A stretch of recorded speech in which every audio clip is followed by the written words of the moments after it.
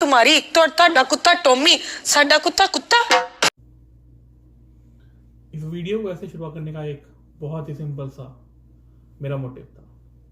थोड़ा कुत्ता कुत्ता, थोड़ा कुत्ता टॉमी। तुम्हारे ह्यूमन राइट्स तुम्हारे ह्यूमन राइट्स, हमारे ह्यूमन राइट्स कुछ नहीं। तुम्हारी फ्रीडम ऑफ स्पीच, हमारी फ्रीडम ऑफ स्पीच कुछ नहीं। जी हाँ, आजकल ऐसा ही होता है भारत में। अगर आप एक पार्टी की फेवर में बोलते हैं तो आपके फ्रीडम ऑफ स्पीच गलत है। आप गलत तरीके से इसका यूटिलाइज कर रहे हैं एक धर्म को बढ़ावा देने के लिए। आप गलत तरीके से पावर का यूज कर रहे हैं एक राम मंदिर को बनाने के लिए। आप गलत तरीके से एक आंदोलन को दबाने की कोशिश कर रहे हैं। पर वही आंदोलन की आड़ में, मैं फिर कहूंगा, उस आंदोलन की आड़ में जब हमारे पुलिस कर्मियों के ऊपर अटैक हुआ, ट्रैक्टर चलाने की कोशिश की गई, जहां पे हमारा तिरंगा लहराया जाता है, वहां पे कोई और जाति धर्म का झंडा लहराया गया, तब ना तो ह्यूमन राइट्स कहीं पे आड़े आए किसी के, और ना ही फ्रीडम ऑफ स्पीच खराब हुई किसी की। क्योंकि ह्यूमन राइट्स तो केवल उन लोगों के थे जो वो करना चाह रहे थे। ह्यूमन राइट्स तो उन्हीं मीडिया चैनल्स के थे जो ये कह रहे थे कि सरकार गलत है।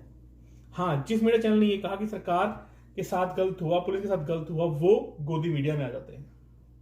ये हमारे देश की आज की सच्चाई है। आज फ्रीडम ऑफ स्पीच इसलिए है कि मैं यहां बैठकर बोल पा रहा हूं। ये फ्रीडम ऑफ स्पीच इसलिए है कि हमारे देश में ही प्राइम मिनिस्टर को चोर बोला जा सकता है, मौत का सौदागर बोला जा सकता है। यही बात अगर किसी और देश में होती ना तो उन लोगों का पता भी नहीं चलता। अगर यही तिरंगे का अपमान किसी और देश में किया गया था ना, कुछ ऐसे देश है ना जो पता भी नहीं लगने देते ऐसे लोगों के साथ क्या होता। आज के दिन जो बात आ गई है वो ये आ गई कि ह्यूमन राइट्स सिलेक्टिव हैं। हमारा संविधान हर इंसान को ह्यूमन राइट बराबर देता है, चाहे वो कोई भी एज का हो, किसी भी धर्म का हो, किसी भी जाति का हो, किसी भी जेंडर का हो।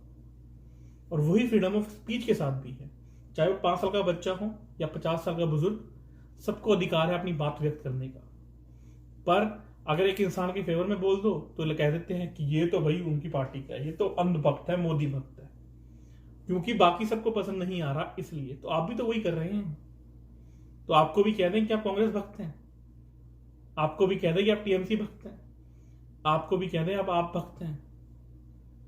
नहीं, पर उनको आप कह सकते हैं क्योंकि वो पावर में आ गए हैं, और वो पावर में अगेंस्ट ऑल ऑड्स आए हैं। किसी को उम्मीद नहीं थी, और वो 6 साल से पावर में बैठे हैं, 7 साल से।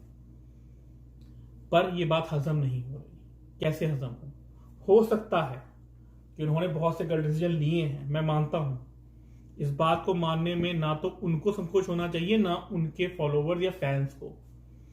हो सकता है उन्होंने बहुत से गलत डिसीजन लिए हैं। जब गलत डिसीजन लिए गए तो आप खिलाफ खड़े हो गए। क्या आपने अच्छे डिसीजन लेके उनको सराहा है? कभी नहीं। जब वो एक आंदोलन के पीछे पड़े, अगर वो पड़े हैं उस आंदोलन के पीछे क्योंकि उस आंदोलन की आड़ में कुछ हुआ, क्या उन आंदोलनकारियों ने ये बोला कि जो उस दिन हुआ उसकी निंदा करते हुए उन लोगों को हम पकड़वाते हैं, बल्कि वो ह्यूमन राइट्स का एक शील्ड लेकर उनको बोल रहे हैं कि उनको छोड़ा जाए जिनको अरेस्ट भी किया गया पुलिस द्वारा। तो ये तो इस देश की विडंबना है। जिन्होंने करोड़ों की संपत्ति का उस दिन उत्पात मचाया, नुकसान किया, हमारी एक नेशनल हेरिटेज पे अटैक किया, हम उनको छोड़ने की बात कर रहे हैं आज के दिन। यही इस देश की विडंबना है, यही इस देश के ह्यूमन राइट्स हैं, और खास तौर से उन लोगों के ह्यूमन राइट्स जो ह्यूमन राइट्स की बातें कर रहे हैं। हाँ, गवर्नमेंट के ह्यूमन राइट्स नहीं हो सकते हमारे देश में, और खास तौर से गवर्नमेंट बीजेपी की तो माफ कीजिएगा, मैं नेम कॉलिंग कभी नहीं करता किसी पार्टी और किसी कम्युनिटी की, पर आज मुझे करनी पड़ रही है। 10 साल तक वाइस प्रेसिडेंट रहे एक इंसान, हामिद अंसारी जी, जो कि एक स्पेसिफिक धर्म के हैं, बिल्कुल है, वो मुसलमान हैं। 10 साल के बाद वो एक बुक छापते हैं जिसमें वो ये लिखते हैं कि जब मोदी जी आए तो उन्होंने मुझसे फेवर मांगे, अलग तरीके से मुझसे रिएक्ट किया। पर तब आपने ये बात क्यों नहीं बोली खुलकर? तब आपने क्यों नहीं मना किया कि मैं नहीं हस्ताक्षर करूंगा? आज 10 साल के बाद आपको बुक बनाने की जरूरत क्यों आन पड़ी? क्योंकि आप एक पार्टी से संबंधित थे इसलिए। और आज आप पूरे तबके को कटघरे में खड़ा कर ये बोल रहे हैं कि मुसलमान असुरक्षित है भारत के अंदर। ये तो हमारे लीडर्स हैं। हमारे लीडर्स का मोटिव कभी भी ये नहीं रहा। क्या आपको लगता है किसान आंदोलन को ये छुड़वाने के लिए लीडर्स सपोर्ट में लगे हुए हैं? बिल्कुल नहीं, वो अपनी राजनीतिक रोटियां सेक रहे हैं। विरोध बहुत सी चीजों का बहुत ही अलग अलग तरीकों से किया गया है आज से पहले भी। ये कोई पहला वाकया नहीं है जब किसी आंदोलन की आड़ में वायलेंस हुआ है देश में। पर आज के दिन ह्यूमन राइट्स की इतनी बातें करना और लोगों को छुड़ाने की बात करना, फ्रीडम ऑफ स्पीच की बात करना, फ्रीडम ऑफ स्पीच के मैंने कितने एग्जाम्पल आपको दे दिए हैं अभी भी। जब आप पीएम तक को कटघरे में खड़ा कर अनशन बोल देते हैं तो क्या फ्रीडम ऑफ स्पीच कहां रोकी जा रही है?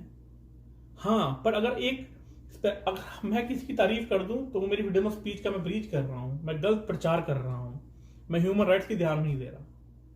ये समझना बहुत आवश्यक है।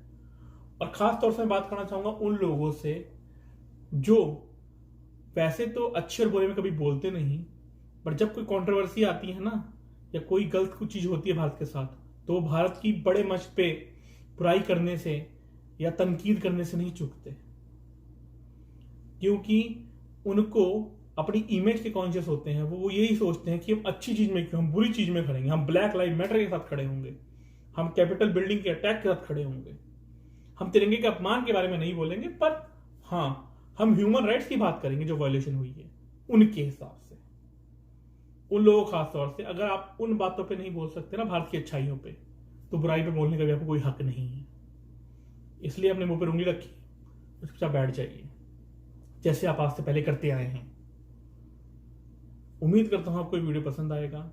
उम्मीद करता हूं इससे मैंने अपनी फ्रीडम ऑफ स्पीच, अपना फ्रीडम ऑफ एक्सप्रेशन और अपने ह्यूमन राइट्स की वायलेशन नहीं किया होगा। इस वीडियो को बनाने का मकसद ना लाइक्स है ना सब्सक्राइबर बढ़ाना है। इस वीडियो को बनाने का मकसद है ज्यादा शेयर करना, ताकि उन बहरे कानों तक की बात पहुंचे। धन्यवाद। मैं फिर आऊंगा एक नई वीडियो के साथ, एक नए टॉपिक के साथ।